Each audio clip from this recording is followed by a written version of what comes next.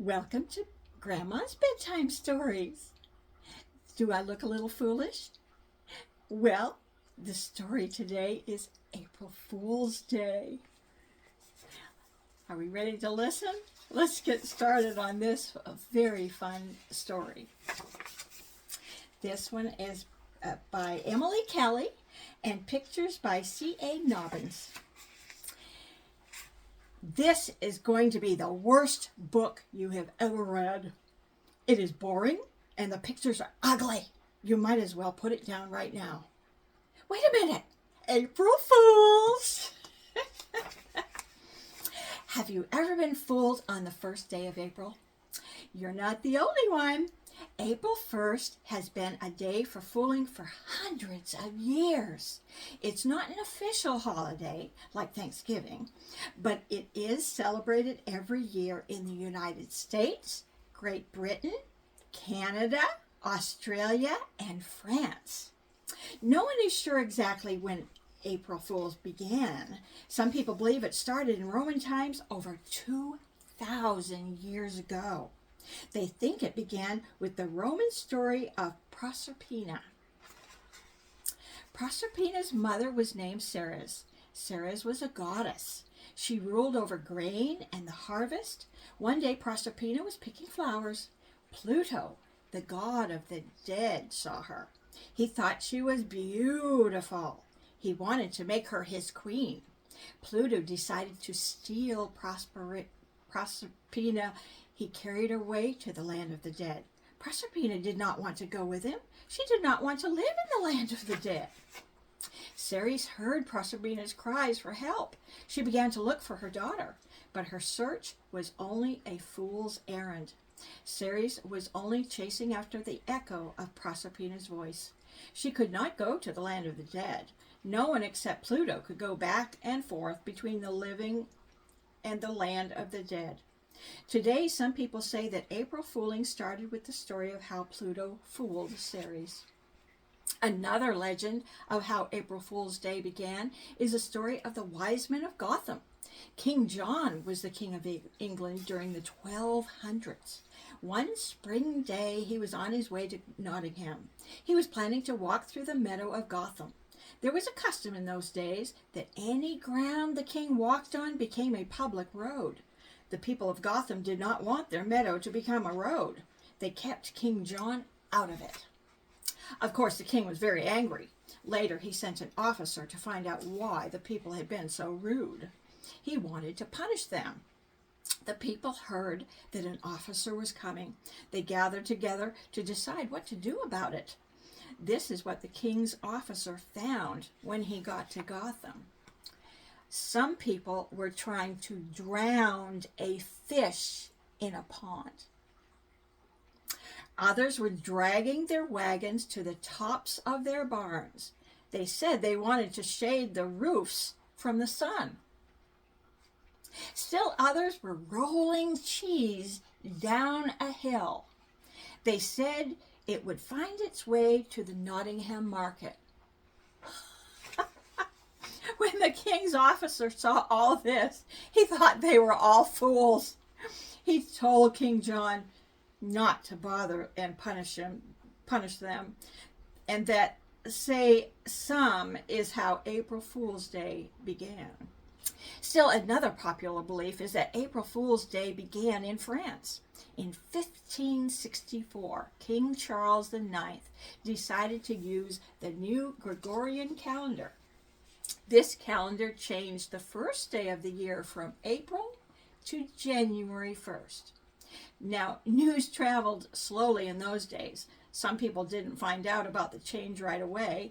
Others simply didn't want the first day of the year to change. They didn't have the internet like we do now. These people kept right on with the old customs for the new year.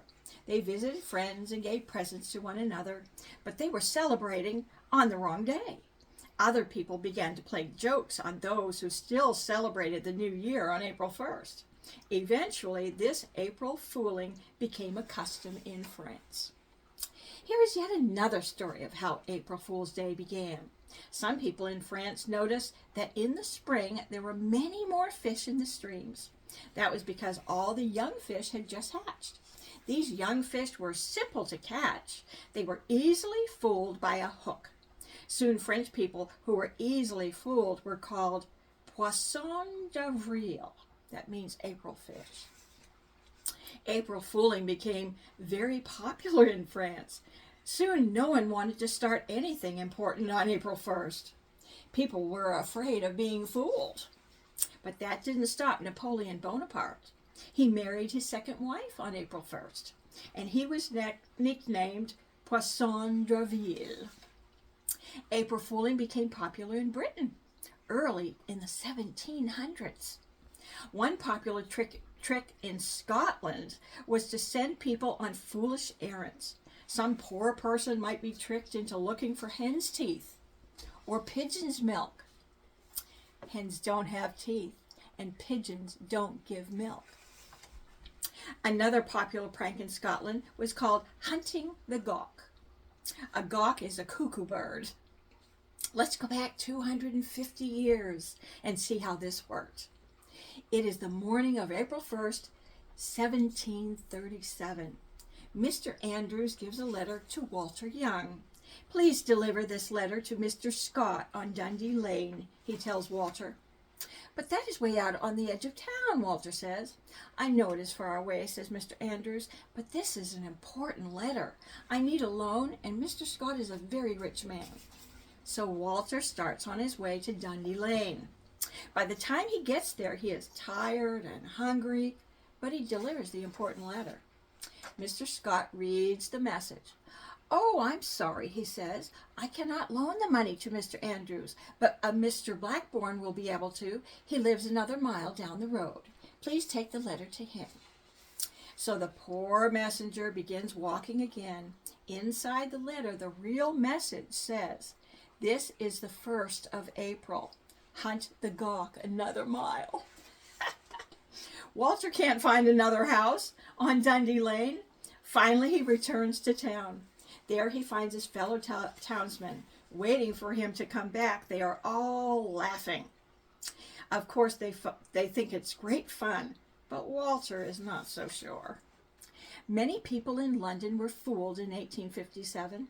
In those days, there was a zoo in the Tower of London. Once a year, the lions in the zoo were washed. Everyone wanted to see that. On April 1st, 1857, hundreds of people bought tickets. But when they got to the Tower of London, they found they were all April Fools. A prankster playing an April Fool joke had sold them fake tickets. April fooling came to the New World with the early English setters. Many of the jokes were played by children. One favorite joke was to put a sign that said, "Kick me" or "Pinch me" on someone's back. The person wearing the sign was very confused, but the person playing the joke had fun watching. Another trick was to cover pieces of cotton with melted chocolate. Many people were fooled by this cotton candy. Some people liked to put salt in the sugar bowl. Others put sugar in the salt shaker. One joke that became popular in the United States went like this. Someone would tie a string to a purse, then leave the purse on the sidewalk.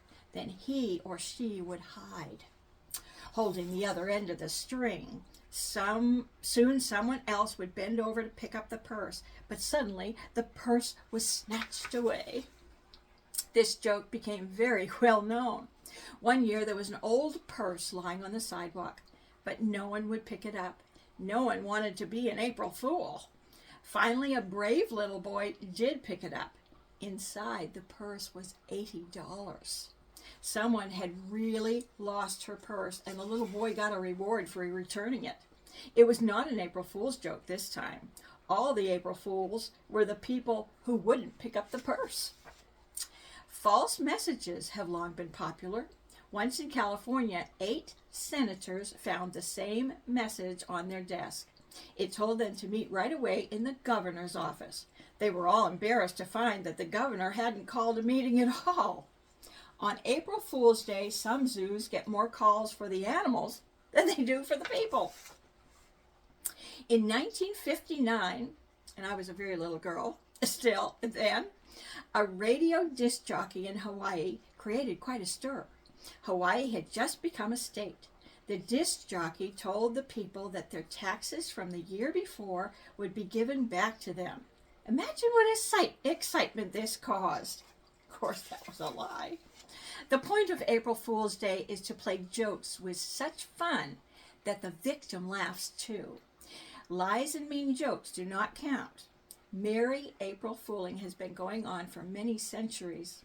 It is still popular today, and people will probably enjoy it for years to come.